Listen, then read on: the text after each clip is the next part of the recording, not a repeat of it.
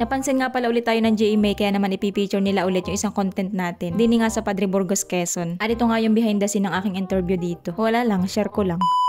So yun na nga guys, for today's video ay papunta nga pala kami ngayon sa Padre Burgos, Quezon. Dahil nga isa sa mga vlog ko din sa Padre Burgos, Quezon ay nag-viral at gusto nga ulit tayong i-feature ng GMA. Problemado nga pala si Miss Line at gawa ng wala daw siya nadalang kwarta. Maka 350 daw ang kanyang dalang kwarta. Hiyain na at kwarta pa rin naman yan. Kinabukasan pa nga pala yung shoot pero pumunta na nga agad kami para ay basta gusto lang namin. Para hindi kami malate at medyo malayo-layo din ito sa Makalelon. At saka lagi pati kami tanghali gumising kaya naman ay inagapan na namin ng punta. Ay gabi pala. Tumigil nga pala muna kami saglit at kakain muna kami ng hapunan. Wala lang, share ko lang. So yun na nga guys, kain po tayo. So yun lang, bye.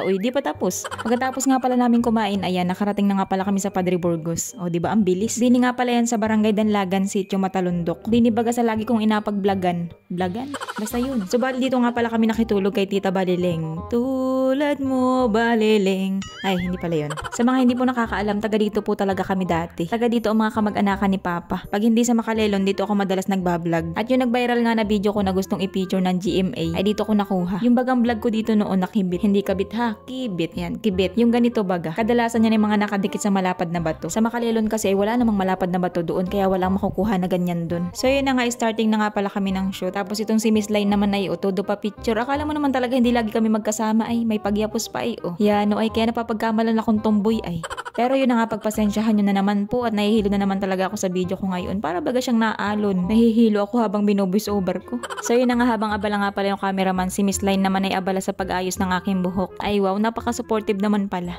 Paapat na beses na nga pala ako napipicture ng GMA at hanggang ngayon nga ako hindi pa rin sanay. Ako'y nakabahan. Pero isa nga sa problema ko lagi kapag ganitong may interview, ako'y laging nabubulol. Pwede bagang i-voice over ko na lang at ipasa sa inyo.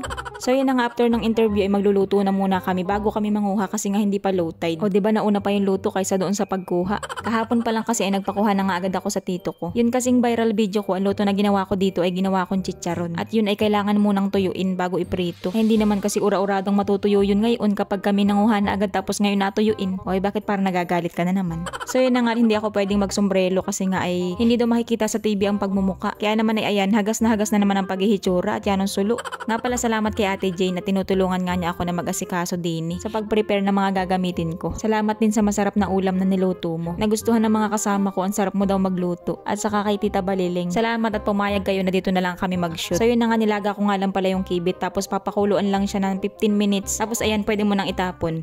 Oy, hindi. Ayan, pagkalagay sa planggana, hindi mo na pwedeng galawin at bibidyohan pa. So yun na nga, kukudkurin mo ng kutsara yung kanyang balat para matanggal baga yung kanyang parang balahibo. Wala nga pala akong shot na malapitan kasi nga ay hindi pwede at behind the scene nga lang are. Nga pala ito yung mapapanood sa Dami Mong Alam, Kuya Kim. Naipalabas na nga pala ito nung nakaraan pang Saturday. So yun na nga, tinulungan na nga pala ako nila Tita dyan at saka ni Miss Line sa paglilinis ng kibit para hindi magahol sa oras. Nga pala nakakatuwa kasi ang blooming ko ngayon.